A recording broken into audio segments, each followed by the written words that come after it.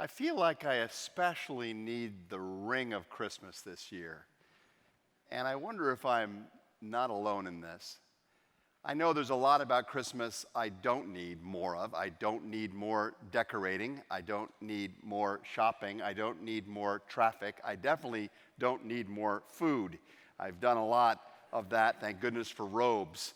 I don't feel like I need more events to go to during this particular season of time. And if I hear in that Muzak form one more time, here comes Santa Claus, here comes Santa Claus, I'm going to go crazy. What I need is the ring of the deep meaning of Christmas. And more this year, perhaps than ever before, for a reason I want to talk about with you tonight. And I'm guessing that I'm not alone in this, and that for the same reason, you might find the message of Christmas especially meaningful today. It's really nice to hear from angels, to be reminded of all of the peace and mercy and joy that overflows their heart. But to be perfectly honest, it's getting harder and harder to find the angel channel anymore. Maybe you have noticed that. So many of the voices that we have heard from on high are filled with anything but joyous sounds these days. They're not doing a lot of singing about hopeful things. Instead, we've got the doom channel over here and the gloom channel over there. We've got the impeachment show and the murder news and the botched surgery program, although I confess I like to watch that one. And the so-called stupid, those other people are stupid or evil blog sites and websites. How in the world do you approach feeling good about Christmas when you wake up to the anti-angel choir singing, "Good morning, America, I bring you bad tidings that shall be upsetting to all people. For unto you is born this day in the city you live in more chaos, conflict, and corruption than you can possibly stand." How is a person to keep watch over their flock at night, much less get to sleep yourself, when there's this host of voices around you each and every evening? We bring you decay and darkness, we bring you despair and devils, we bring you death and dying, there's no hope at all. It may just be me, but I don't know if any others of you have noticed how much our culture today seems stuck on this hopeless playlist. Whether the crisis is being blamed on the president or on the Speaker of the House, on the Democrats or the Republicans, on China or Russia, on Google or Amazon, the narrative remains the same. It's all crisis, it's all the time. And even the story of Christmas can come to sound like that. We can have been whipped up so much that we even read the narrative of Christmas in those terms. Caesar only wants your taxes. King Herod is out to get you. The innkeeper has no room for you. Evil powers are completely wrecking this world and must be stopped. It's the hopeless channel almost everywhere we turn. Maybe it's time.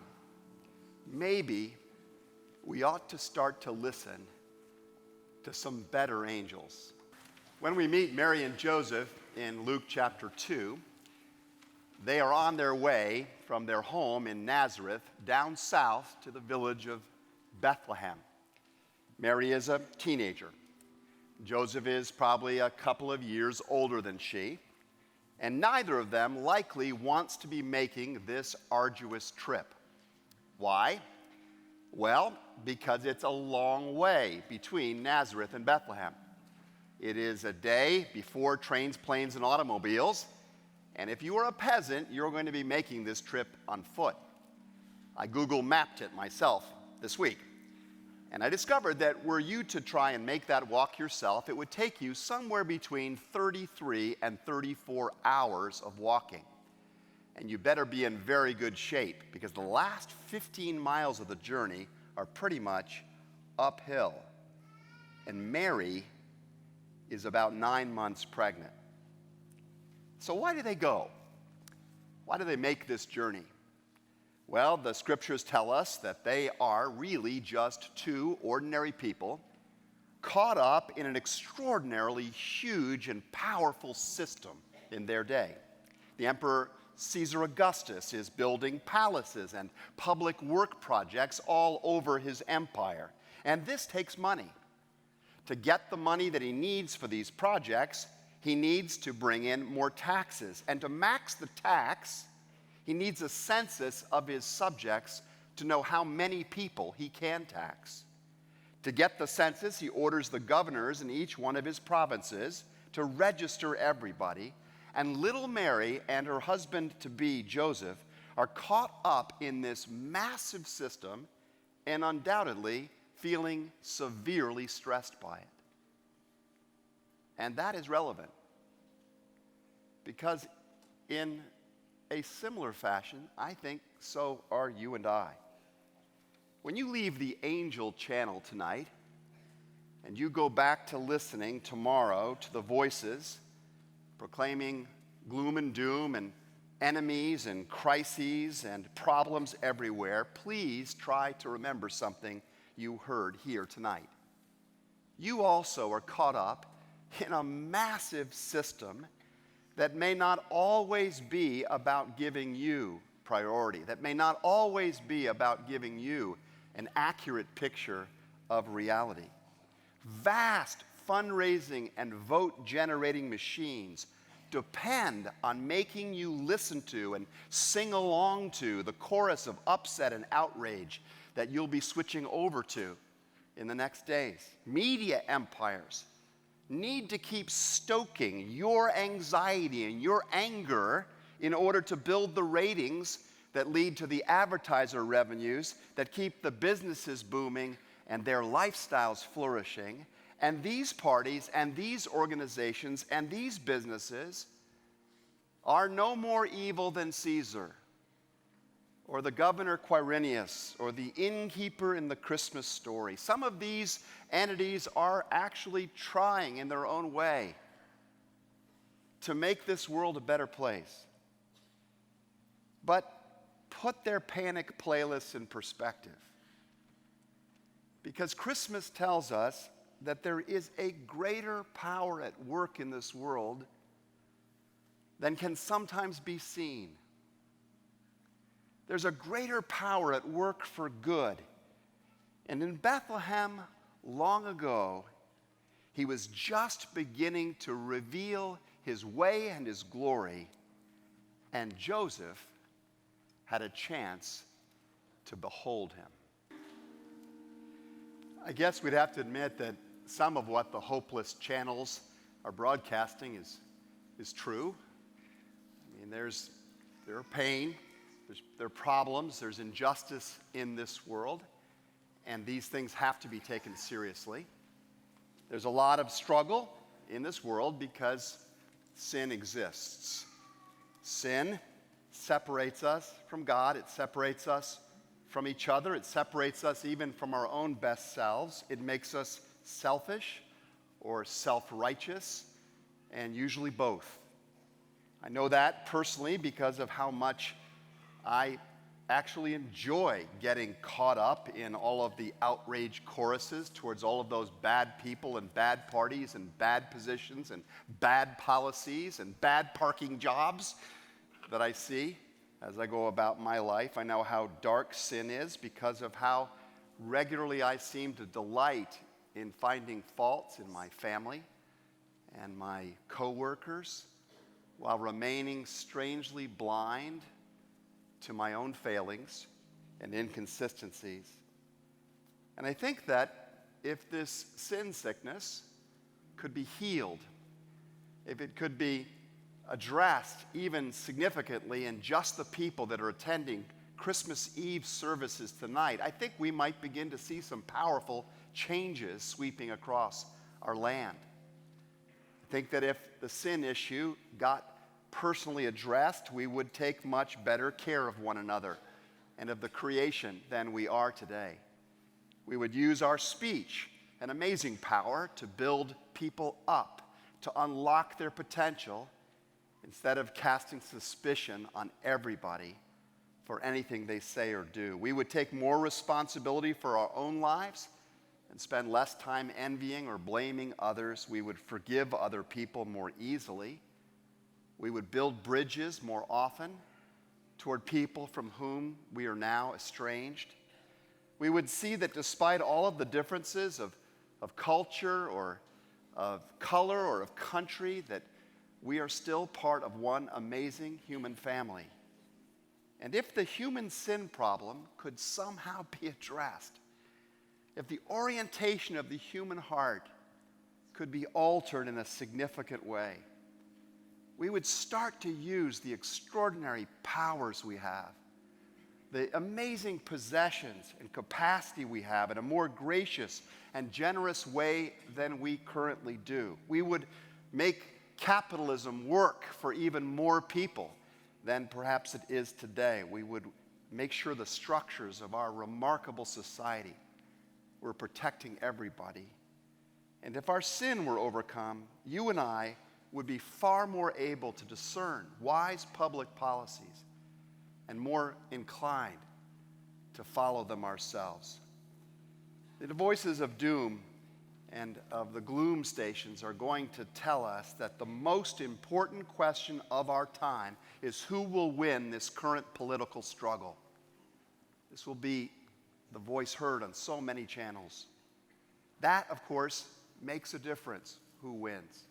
But the far more crucial question of our time is, where are we going to find someone who can deliver us from our sinful darkness, who can restore our moral vision, who can calm the storms that rage all around us because they begin within us? Who can do that? Mary, did you know? I read an article this past week by a brilliant young commentator who I'd never heard of until I came across this piece. I'm surprised I didn't. Apparently many people have. He is an extraordinarily gifted musical composer by the name of Mohammad Fairouz. And his operas and his symphonies have been performed at Carnegie Hall and at both Lincoln and the Kennedy Centers. And in this particular article, Fairouz mused over his concern that people of his generation, and he's a young man, were losing hope. They were losing hope that this world could actually be changed for the good. He's concerned that they're giving in not only to the negativity that we've been talking about here tonight, but also to the kind of hopelessness that actually leads to extremism and violence. Listen to what Fairouz says. Among my generation, cynicism is no longer a bad word. It's being celebrated now. And often it's mistaken for intelligence. But cynicism is not intelligence. At its worst, cynicism can be a dangerous, world-breaking kind of state of mind. We have to be willing, he writes, to open ourselves up and to believe in something bigger than ourselves in order to go somewhere. And even though we are the internet generation, writes Fairouz, we've got to be willing to listen to and to be inspired by the learning of 1,000 generations of humanity.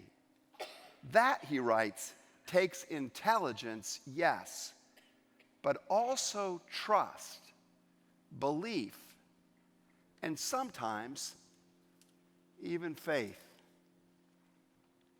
It takes faith to believe that this troubled world of ours can be changed for good, because some are saying right now it's hopeless.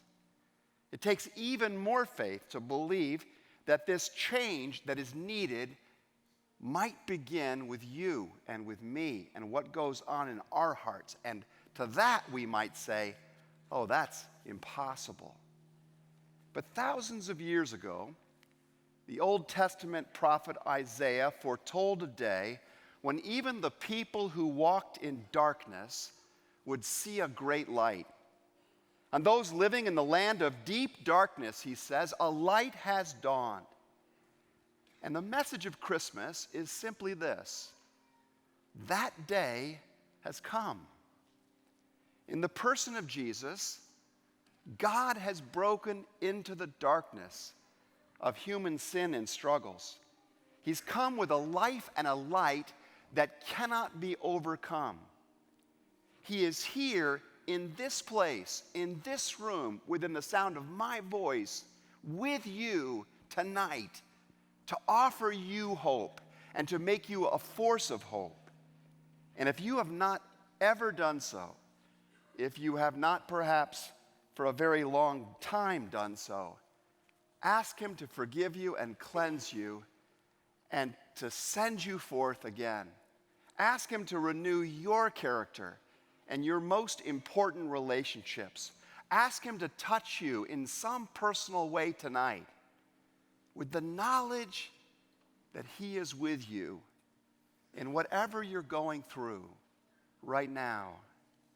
Ask God to fill all of us with his life afresh and his light afresh to be the change agents that are so needed in every home and school and place of occupation and public square of our time today.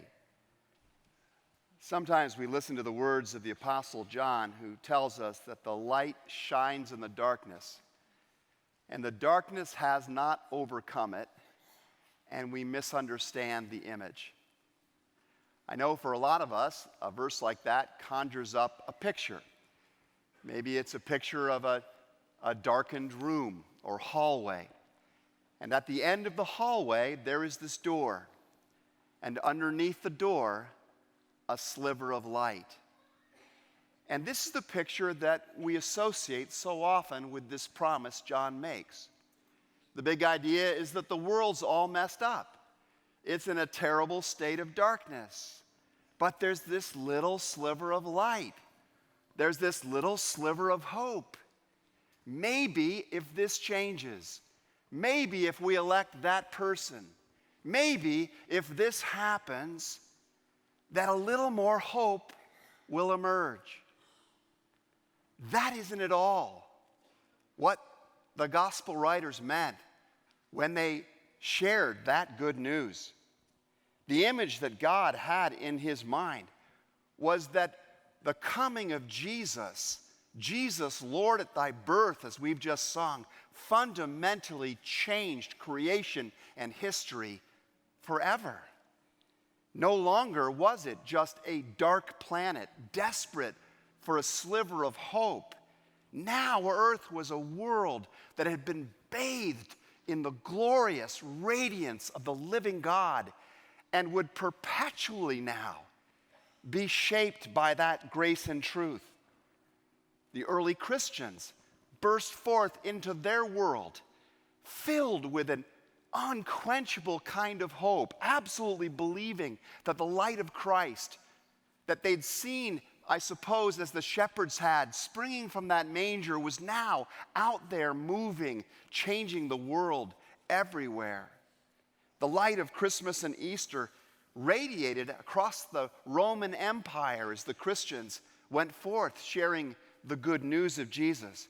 That light inspired so many movements of compassion and education and scientific inquiry and healthcare and justice and commerce that it is not a stretch to say that our very concept and experience of the word civilization derives from that light, was created by the light of the message of Jesus Christ. Ponder how many schools, hospitals, universities, nonprofit organizations in this country alone exist today because of Christ's light. I went to one of them. Its motto was, Lux et Veritas, light and truth. Yale was born through the Christian vision. For all of the atrocious failings of individual Christians, we owe our system of government, the advance of civil rights, and the ever-reforming nature of the American spirit in no small part to the light that shone from that manger. Don't forget that. Don't forget that. Today, the light of Christ is still transforming individual lives and institutions and entire cultures around the world. And if you don't get out much, get out there in that wider world and see it. In Africa and Asia and South America and other portions of the global South, we are seeing the greatest explosion of Christian faith since the birth of the early church. And it's happening right now in the world today. And that faith is reshaping cultures. The ethics of Christ's kingdom are changing life for women and for children and for other vulnerable populations around the world as never before. I know we're always hearing news from the voices of our time that says it's just terrible out there. It's just terrible. But I want to invite us tonight to keep our perspective about this. You and I are also living through an era, even in this country, even in the countries we can see around us, where Christ's concern for the poor has now so inspired and infiltrated so many missionary efforts and non-governmental organizations and humanitarian works that the world is being changed before our very eyes. In the past 20 years alone, and some of you, I think, have been alive in the last 20 years. In the last 20 years alone, the number of kids dying from preventable diseases, or women perishing in childbirth, or human beings living in extreme poverty, in the last 20 years, those numbers have been cut in half. In half.